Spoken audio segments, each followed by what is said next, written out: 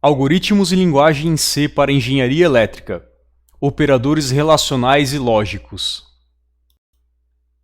A linguagem C oferece um conjunto de operadores para executar comparações. É possível testar se valores são iguais, diferentes, menores, menores ou iguais, maiores e maiores ou iguais. É possível criar expressões relacionais utilizando valores literais, constantes e variáveis. O resultado da avaliação de uma expressão relacional é uma expressão lógica, e seu valor será somente verdadeiro ou falso e nunca ambos. Para fazer a junção de expressões lógicas, é possível utilizar operadores lógicos. A junção de expressões lógicas através de operadores lógicos gera uma nova expressão lógica. Aqui podemos ver os operadores relacionais e seus respectivos símbolos na linguagem C. Pause o vídeo e memorize esses operadores relacionais. A precedência dos operadores é um item importante. Se você não observar a ordem de precedência, sua expressão poderá gerar um valor incorreto. Os operadores maior, maior ou igual, menor e menor ou igual possuem precedência sobre os demais, ou seja, serão avaliados primeiro. Outro ponto importante é a associatividade, ou seja, caso exista mais de dois operadores relacionais de mesma precedência, o operador mais à esquerda será avaliado primeiro. Estes são os operadores lógicos e seus respectivos símbolos na linguagem C. Pause o vídeo e memorize-os. Além de memorizar os conectivos, é necessário entendê-los. O primeiro conectivo e também o mais simples é o conectivo unário-não. Afinal, ele depende apenas de um operando. O não pode ser interpretado como inverter ou complemento. Quando o valor é verdade, a negação resultará em falso. Quando o valor é falso, a negação resultará em verdade. O conectivo lógico E, também conhecido como conjunção, é um operador binário, dado que depende de dois operandos. O resultado lógico de uma operação E somente será verdade quando ambos valores forem verdadeiros. O último conectivo lógico, o ou, também conhecido como disjunção, é um conectivo binário. O resultado lógico de uma operação ou será verdade quando pelo menos um de seus operandos for verdadeiro. Também existe uma precedência e associatividade entre os operadores lógicos. Nesta tabela, os operadores das linhas de cima possuem precedência sobre os de baixo. Uma característica muito importante dos operadores lógicos e ou é que é garantida a avaliação da esquerda para a direita. No caso do operador e, caso o valor do primeiro operando seja falso, será retornado imediatamente o valor falso, o outro operando será ignorado. Lembre deste detalhe, isso poderá lhe salvar linhas de código. No caso do operador lógico ou, a avaliação será encerrada imediatamente se o primeiro operando for verdadeiro. Será retornado o valor verdadeiro. Lembre deste detalhe. Isso também poderá lhe salvar linhas de código. O primeiro exemplo de uso de conectivos é bem simples. Aqui é feito o teste para saber se um valor está dentro de um intervalo aberto. Na linha 5, são declarados o início, o fim e o valor a ser testado. A linha 6 demonstra o uso do conectivo e. Se o valor início for estritamente menor que o valor, e valor for estritamente menor que o fim, então ele estará dentro do intervalo. Na linha 7 é demonstrado o uso do conectivo ou.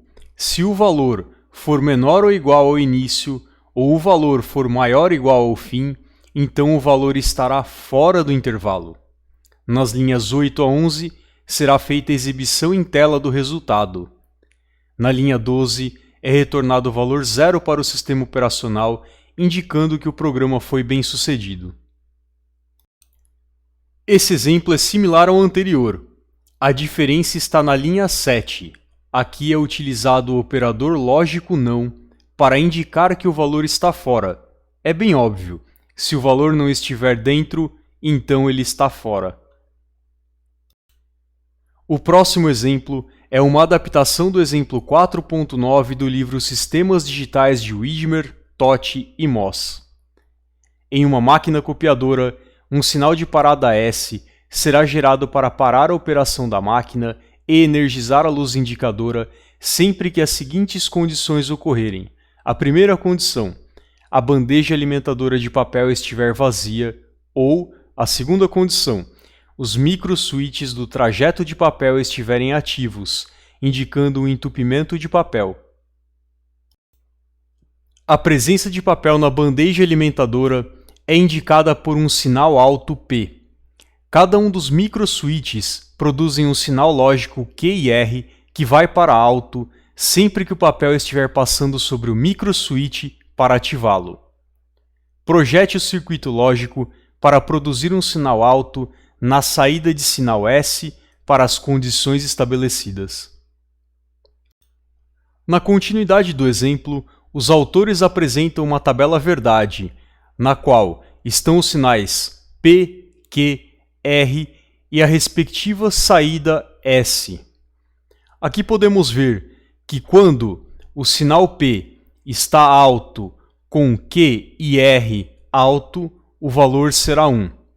Porém, quando P está baixo, ou seja, ele está 0, a saída será 1. Para gerar a expressão lógica do circuito, a maneira mais fácil é observar os valores de saída e ver onde eles são nível lógico alto. A partir disso, é feita a conjunção dos valores de entrada. Quando os valores de entrada forem 0, devemos fazer a negação desses valores. Então, na primeira linha, devemos fazer a conjunção da negação de cada um dos valores de entrada. Assim teremos não P e não Q e não R. Na segunda linha teremos não P e não Q e R. Na terceira linha teremos não P, Q e não R. Observe que onde os valores de entrada são 1, não fazemos a negação. Na quarta linha, então, teremos não P e Q e R. Por fim, na última linha, basta fazermos P e Q e R. Para gerar a expressão lógica final, basta fazer um OU envolvendo cada uma das subexpressões obtidas. O resultado final é esse. Nessa expressão, os símbolos lógico e foram omitidos. No primeiro termo à direita da igualdade, é simbolizado o não P, E, não Q, E, não R. O OU é representado pelo símbolo de mais. Lembre que na tabela anterior existiam 5 linhas com valor lógico alto. Aqui existem 5 subexpressões lógicas. Esse é o resultado da simplificação da expressão anterior.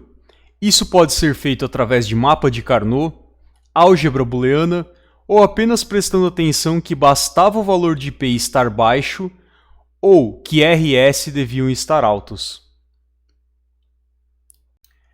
Este é o código que representa a lógica do circuito.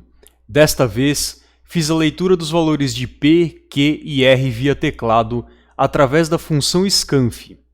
Assim, o usuário poderá interagir e informar valores que serão submetidos à lógica do programa. As linhas 11 e 12 fazem a saída em tela. Repare que neste exemplo eu utilizei a expressão lógica diretamente no printf. Dessa maneira, não foi necessário criar uma variável para armazenar o valor da expressão lógica. Esses foram os livros que utilizei como referência. O livro de Widmer, Totti e Moss possui tradução em português. Deixarei o link para o repositório do GitLab na descrição do vídeo. Nesse repositório serão armazenados os códigos apresentados. É isso, até o próximo vídeo.